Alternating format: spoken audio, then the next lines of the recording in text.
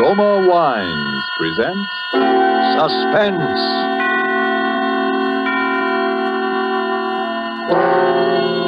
Roma Wines, made in California for enjoyment throughout the world. Salud. Your health, senor. Roma Wines toast the world. The wine for your table is Roma Wine, made in California for enjoyment throughout the world. This is the man in black, here for the Roma Wine Company of Fresno, California, to introduce this weekly half hour of Suspense. Tonight from Hollywood, Roma Wines bring you Joseph Cotton in a suspense play called Sneak Preview, which tells of a rather remarkable adventure experienced by that noted director of screen thrillers, Frank Henderson. And so, with Mr. Henderson's by far stranger-than-fiction story, as related and enacted by Joseph Cotton, we again hope to keep you in suspense. Go ahead, please, Mr. Henderson. This all began, you say, 2 weeks ago? Yes, that's right. I just finished the final cutting and dubbing on my newest picture, Escape to Destiny. Think you'll like it, by the way. Lou Ellis says... Yes, go on. Well, I took the film east with me, and the first day I got there, we ran it in the projection room for a few of the boys in the New York office. They seemed to like it pretty well, which, of course... Ruth, now that it's all over, and we're safe... Yes? Well, there's one thing that still worries me. What's that? It's... Ruth... Will you marry me? Darling, that's the one thing I've known the answer to from the very beginning.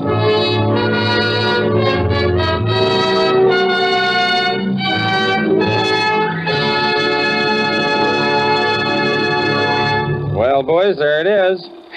Frank, it is but terrific. It's the best picture you've ever made. Oh, it's great.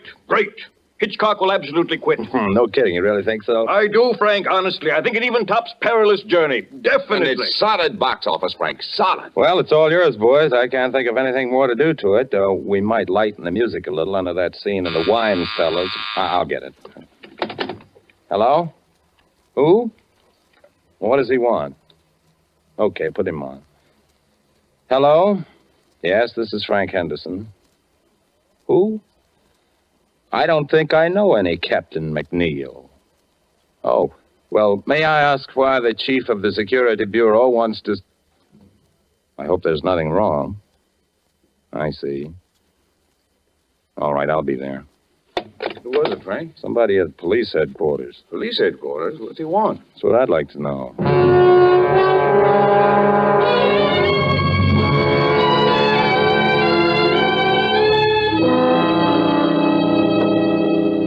Well, Mr. Henderson, my secretary tells me you were a little mystified. Well, a little, I guess. You never heard of any Captain McNeil? Oh, no. It was just that I didn't think to connect you with the Captain McNeil. Very nicely put, Mr. Henderson. Very nicely put. But you don't need to explain.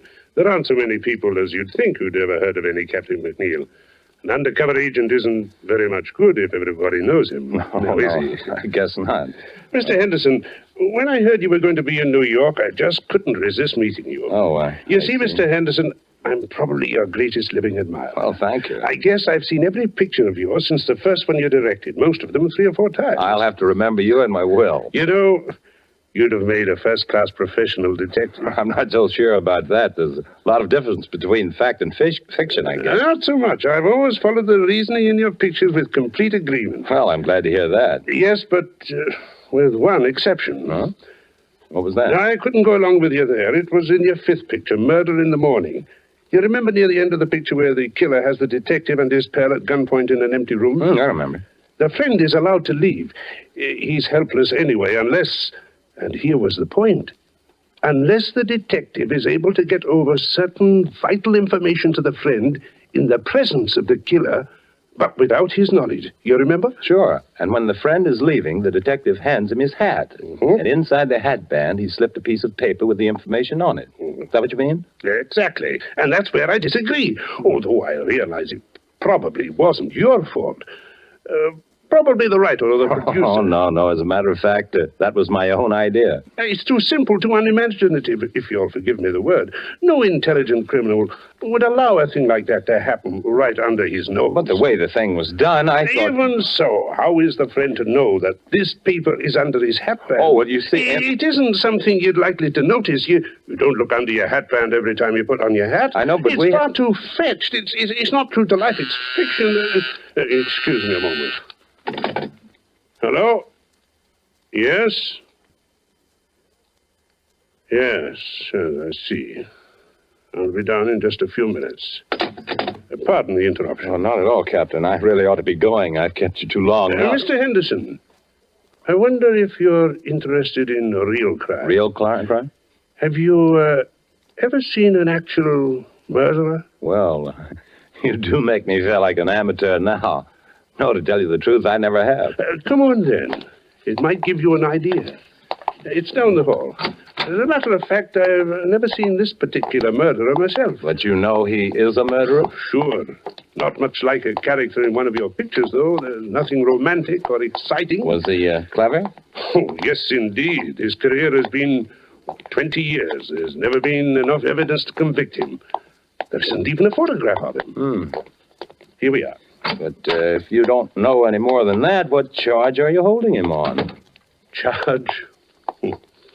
You don't need any charge when you hold him here. There he is. Oh, dead. Dead, at last. How did he die? Shot in the back. We found him in Central Park. Well, there you are. Gregory Sarko. Murderer, spy, drug addict, and about everything else in the book. Know who killed him? Who knows? Who cares? There are plenty of people who'd have been happy to do it if they dared. I suppose he had identification on him. Sure. Bank book, wallet, a few inconsequential papers. Is that all? That's all. Oh, a little money, a handkerchief, a tin of aspirin. Aspirin? Sure. Criminals have headaches just like other people. It was aspirin, I suppose.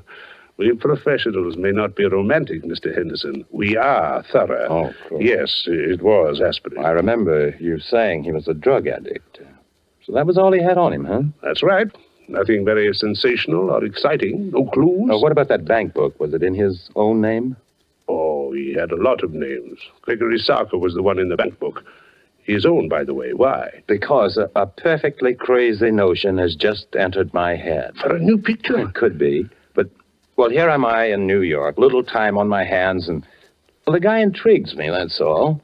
A dead man intrigues you? His life intrigues me, sure. Finding out more about it intrigues me.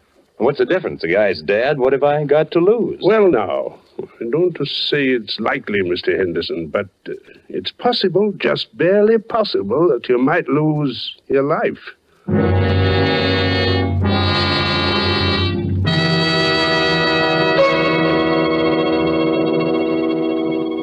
To change from a mood of suspense to one of carefree gaiety, let us wish ourselves away to Havana, Cuba, seated at a table in the fashionable Hotel de Nacional de Cuba. Near us, a group of Cubans are entertaining an American visitor. Our American has just remarked that in point of great enjoyment, the Cuban rumba is one of America's most delighting imported dances. And then, raising his wine glass, the Cuban host responds, "Then we have perhaps discharged some part of our debt to you Americans for this wonderful tasting wine that gives us such great enjoyment. It is wine that Cuba imports from your faraway California. It is Roma wine." Americans didn't have to wait for wine connoisseurs of other lands to discover the greatness of California's wine districts, the superb quality of Roma California wines. So many millions made this discovery for themselves that Roma wines have long been America's largest selling wines. But these millions discovered something more. In Roma wines, they discovered an easy, inexpensive way to increase the delights of daily living. Yes, millions have discovered that Roma wines is a beverage on the table, and when used in entertaining, add charm of a special and wholesome kind. I told you Roma wines cost little. That's because here in America you pay no high import duty, no expensive shipping charges. Too, Roma wines are made in Roma's own wineries in the heart of choice California vineyard districts. So cost to you is only pennies a glass for R-O-M-A, Roma wines, made in California for enjoyment throughout the world. And now it is with pleasure that we bring back to our soundstage Joseph Cotton as movie director Frank Henderson and Robert L. Richards' sneak preview, a tale well calculated to keep you in suspense.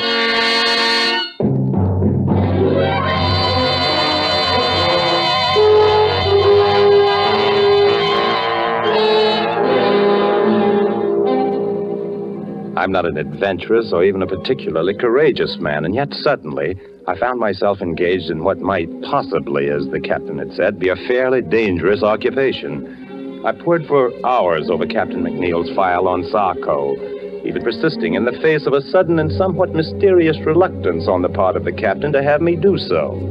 The next thing I did was to inquire at the bank, which had issued Sarko's bank book, and found out exactly nothing. I was pretty discouraged and about ready to quit when I went back to my hotel that evening.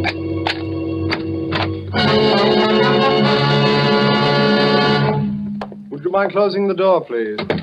Thank you, Mr. Henderson. My name is Edwards. How do you say? What's the big idea? No, Mr. Henderson. Keep away from the telephone, please. Are you threatening me with that gun? I regret it, Mr. Henderson. I deeply regret it, but unfortunately I cannot deny it. Listen, this whole thing is ridiculous and melodramatic. Mr. Henderson, why are you so interested in Gregory Sarko? Sarko? Yes, Sarko. Just what, if you will forgive a B-picture expression, is your racket? Racket?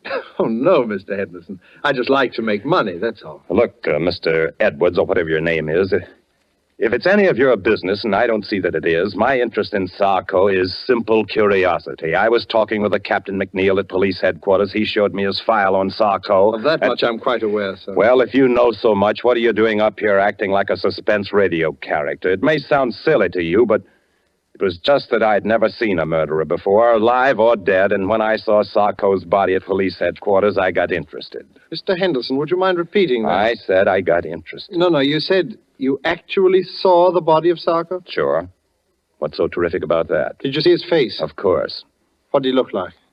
Iron gray hair, dark eyes. Yes. Mr. Henderson, we simply must reach an understanding. You've no idea what possibilities this opens for me. Well, I'm no mind reader. Mr. Henderson, may I have your word that you will do nothing unreasonable if I put away this gun? Okay. Thank you. I must administer my eye drops. My eyes are very bad. Perhaps you've noticed. I thought you might have a cold. No, nothing so simple, unfortunately. Congenital weakness. There we are. Now, Mr. Henderson, my interest in all this is very sordid, I'm afraid. Money, to the extent of, shall we say, $300,000. Nice, tidy little sum. Half of that sum could be yours, Mr. Henderson. You'll forgive me if I don't jump at such a handsome offer without knowing a little more about it. I might have realized, I suppose, that mere lucre was not paramount to one of your position. Let's leave paramount out of this. Yes. But, Mr. Henderson, it so happens that I can put you in the way of quite a bit of rather special information about Sarko. I shall write several of them down for you here. That's just fine. Write several of what down? Names, addresses, places where you can discover what you want to know. Okay, what's the catch? Mr. Henderson, you must trust me. What do you want? I want very little. But when you've seen these people, and when what they tell you suggests that there is still more to know, come to see me. I've written that address down, too. Good night, and good hunting.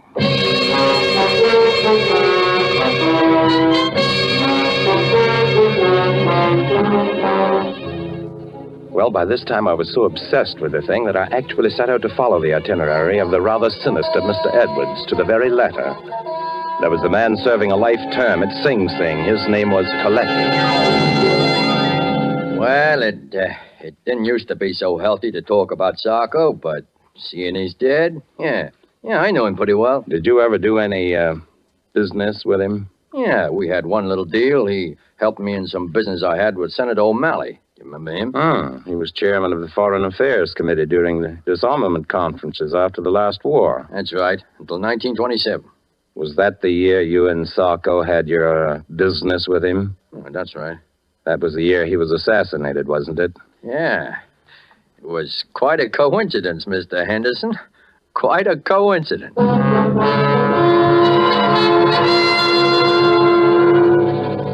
Sarko, huh? I just hope he didn't die easy. I don't think he did from the looks of him. Maybe there is some justice after all. Are you quite sure he was a drug addict? Huh. How do you think I first learned to take this stuff? At the convent?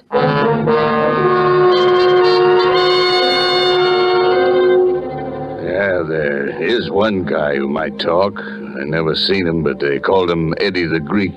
He used to hang around Doyle's gambling place.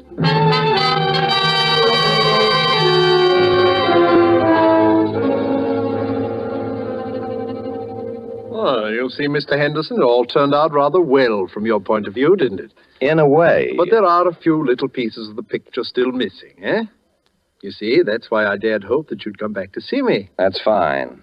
What about Eddie the Greek? Oh, yes, Eddie the Greek. I hope it won't be too great a shock if I have the strong impression that Eddie the Greek is one of your pseudonyms, Mr. Edwards. Oh, very good, Mr. Henderson, very good indeed. Yes, I have been called that on occasion. Then what's the idea of the wild goose chase? You're supposed to know more about Sarko than anybody. All in good time, Mr. Henderson, all in good time. At the moment, there is a rather more pressing matter. No, is there? Oh, yes. There is the little matter of the $300,000. Look, I'm in a business where they pay pretty good dough, but nobody can earn $300,000 just overnight and be on the level. But, my dear Mr. Henderson, there is no question of earning. Okay. You tell me. Well, it's really quite simple, Mr. Henderson. With the information you possess, together with the information I possess, there is a very liberal and sensible gentleman of my acquaintance who will give us $300,000. Blackmail, huh? Oh, but what possible objection can you have to the transfer of $300,000 from the pocket of one scoundrel to the pocket of another? None, I guess, except that I just don't want to have any part of it. Oh? Not even if it meant your coming into the possession of the final, and I might say the most sensational part of your missing information about Sarko? How do I know you can supply it? Oh, I have something here at my desk which I think you might consider sufficient proof. Oh, yes, here it is. A photograph. But before you look at the face, read the writing across the bottom, please. To my good friend Gregory Sarko from Count Orlando Monticero. He's a quite famous Spanish gentleman, except that lately he's been engaged in some really very subversive activity in South America. Another face, please. But it's Sarko. Rather, shall we say, it is the man whose body you saw at police headquarters. But are you positive? Of course I am. Would you be so good as to write a few words to that effect across the face of the picture? Why? Because I must be sure. And even on our brief acquaintance, Mr. Henderson, I know that you would not write anything above your signature that was not absolutely true. Sure, if it'll make you feel any better, it is true. Here. So, now you see it, Mr. Henderson. You saw this body, you alone, except for one or two police officers with whom I confess it is a little difficult for me to deal. And the body is not that of Sarko. And the real Sarko? Is alive and quite well, I'm happy to say, and here in New York. How could I meet him? Oh, you will meet him, Mr. Henderson, when he pays us the $300,000.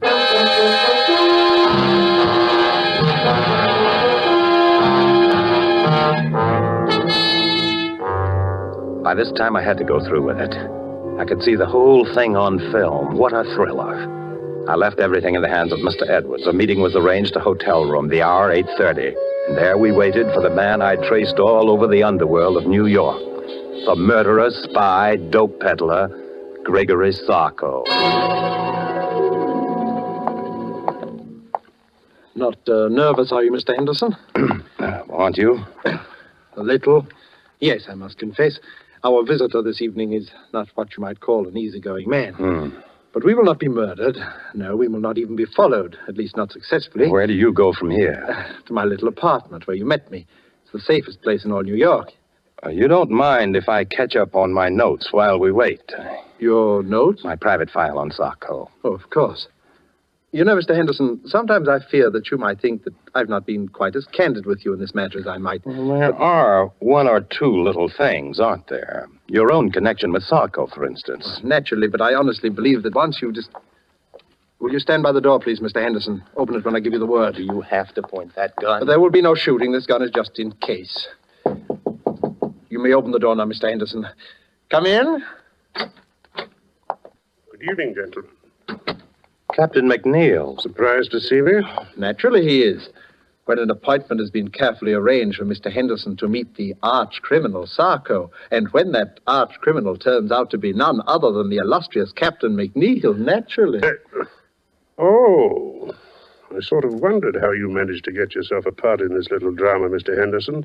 Now I know. Well, would you mind awfully explaining it to me? If I were to tell you that I am not Sarko, but rather that your confederate, Mr. Edwards, is Sarko, would that help? Oh, I'm truly sorry, Mr. Henderson. It seems my fate to be forced from one deception to another. Then you are Sarko. In a word, yes.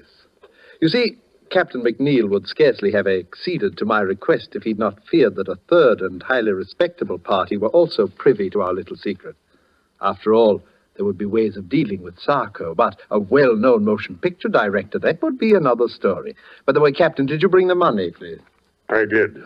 How convenient to deal with a police officer who also happens to have a large private fortune. Don't you want to count it? Oh, I can see it's close enough. Listen, Mr. Edwards, if you think you're going to get me to play cat's paw for you, you're... Mr. Henderson, you forget that I have your signature on the photograph of that man whom the good Captain McNeil mistakenly killed. You see where you fit into the picture now, Mr. Henderson? And not a very pretty picture either. Yes, it would be most inconvenient for Captain McNeil if it were known that he had accidentally liquidated the good Count Montresero, even though from a patriotic standpoint it is undoubtedly an excellent thing that he did. But there might even be international complications, might there not, Captain? Mr. Henderson, if I'd only resisted the temptation to show you that body. If only you had, Captain McNeil. You'll forgive me, gentlemen, if I administer my eye drops. My eyes seem to grow worse as my fortunes grow better. And you'll forgive me if I leave now? Perhaps someday there'll be another meeting. It could happen. Yes, who knows? Your hat, Captain McNeil. Thank you. Good night. So you're the great Sarko, eh, Mr. Edwards? You see why I could not tell you before. Believe me, I wish to, if only because your interest was so flattering. You know, he'll catch up with you someday, Mr. Edwards. Captain McNeil? Not as long as I can prove that he killed Count Montresero. By the way, was that just a sort of happy coincidence for you, or was it? Not quite. I had done some business with the Count which had turned out rather badly. Oh, he was a pure Nazi agent, without doubt. In any event, I was in difficulties with the fellow, and I persuaded him that he could secure some very valuable information if he would appear in New York as Sarko, which he was unwise enough to do. And then you tipped off Captain McNeil that Sarko was in town. You're a pretty clever boy, aren't you, Mr. Edwards? Thank you, Mr. Henderson, thank you. And now may I suggest that we return to my little flat? We? Under the circumstances, Mr. Henderson, I believe it would be safer for both of us.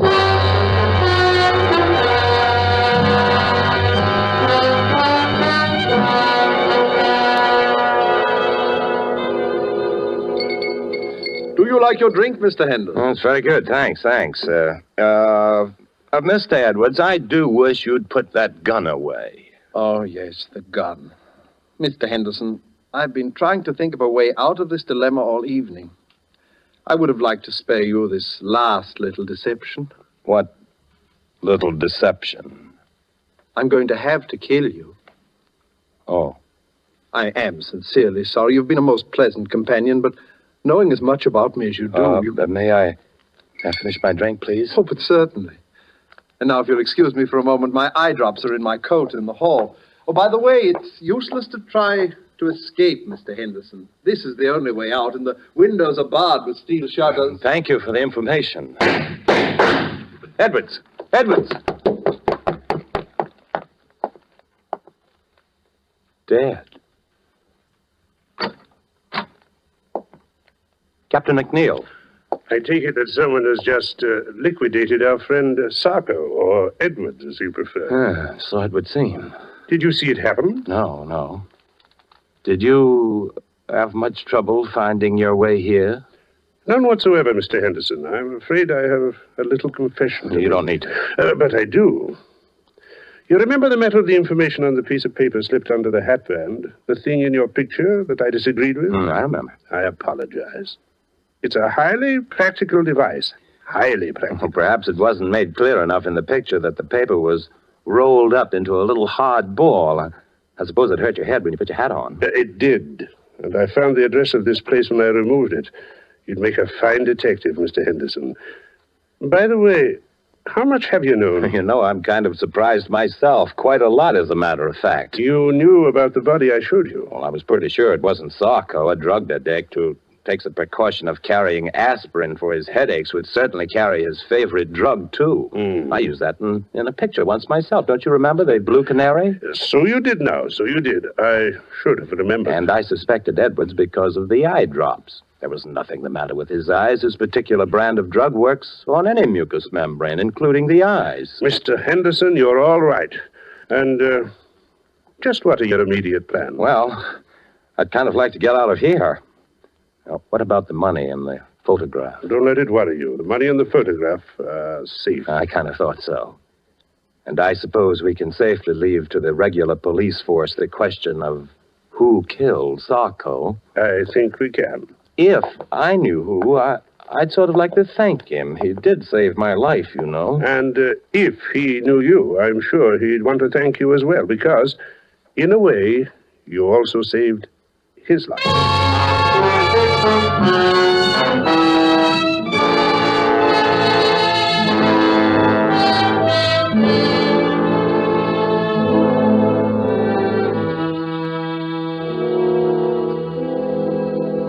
Well, that's about all there is to the story. Pretty exciting stuff. Be good material for one of your pictures, I'd think, Mr. Henderson. Yeah, sure it would, sure. For that dumb studio of mine, I called a big meeting just before I left New York, and I told this story, changing a few names and places, of course. And what happened? I don't know, Frank. It's a good story, but I don't know. What's the matter? I think it would make a swell picture. Public would never go for it, Frank. It's too crazy. It's unbelievable. No, I wouldn't buy it. You're entirely right, LG. Don't make sense, Frank. A thing like that couldn't happen. Couldn't happen. Look, I'm telling you that Too arty, entirely too arty. Wouldn't gross a dime. And by the way, Frank, I wanted to talk to you about the new release. Where have you been? Me? Yeah, the last time we saw you, you beat it out of the projection room to see some cop, and nobody's heard a word from you for 2 weeks. Where you been? Me? Oh, I've been around.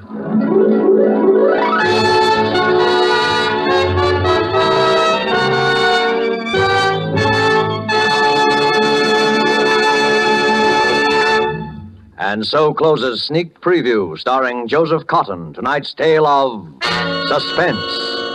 Joseph Cotton, star of the Lockheed America Ceiling Unlimited, appeared by courtesy of David O. Selznick, and will soon be seen in the all-star Selznick production, Since You Went Away.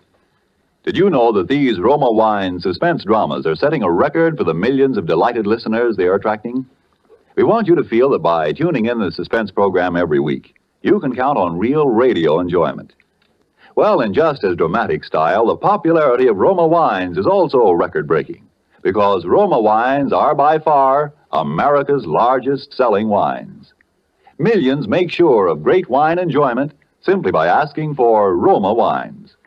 Here's something else these millions have discovered. You don't need fancy glassware or a special occasion to enjoy these zestful, taste-delighting Roma California wines. Roma wines possess lip-smacking flavor and zest because they come from Roma Wine's own wineries, right in the heart of the magnificent California wine grape districts. And you can enjoy them as a daily delight, because the cost is only pennies a glass. Ask for R-O-M-A, Roma Wines, made in California for enjoyment throughout the world. This is Joseph Cotton. It was a great pleasure to join forces with this really excellent company whose business and pleasure it is each week to keep you in suspense. I know you'll want to be listening next week, as I will, when Sonny Tufts will be your star. Suspense is produced and directed by William Spear. Next Thursday, same time, you will hear Sonny Tufts in Suspense, presented by Roma Wines, made in California for enjoyment throughout the world.